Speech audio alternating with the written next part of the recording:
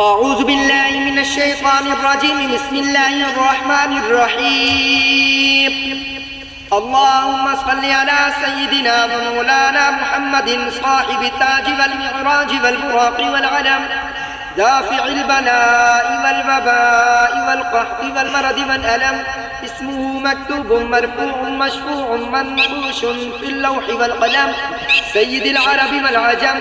جسمه مقدس معطر مطهر منور في البيت والحرم، شمس الضحى بدر الدجى قدر العلا نور الهدى كاف الورى مصباح الظلم، جميل الشيم شفيع الأمم صاحب الجود والكرم.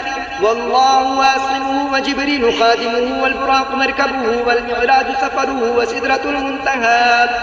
وسدرة المنتهى مقامه وقاب قوسين مطلوبه والمطلوب مقصوده والمقصود موجوده، سيد المرسلين خاتم النبيين شفيع المذنبين أنيس الغريبين رحمة للعالمين، راحة العاشقين مراد المشتاقين شمس العارفين، سراج السالكين مصباح المقربين محب الفقراء والغرباء والمساكين، سيد الثقلين نبي الحرمين إمام القبلتين وسيلتنا في الدارين، صاحب قاب قوسين محبوب رب المشرقين ورب المغربين، جد الحسن والحسين جد الحسن والحسين جد الحسن والحسين، مولانا ومولى الثقلين أبي القاسم محمد بن عبد الله نور من نور الله.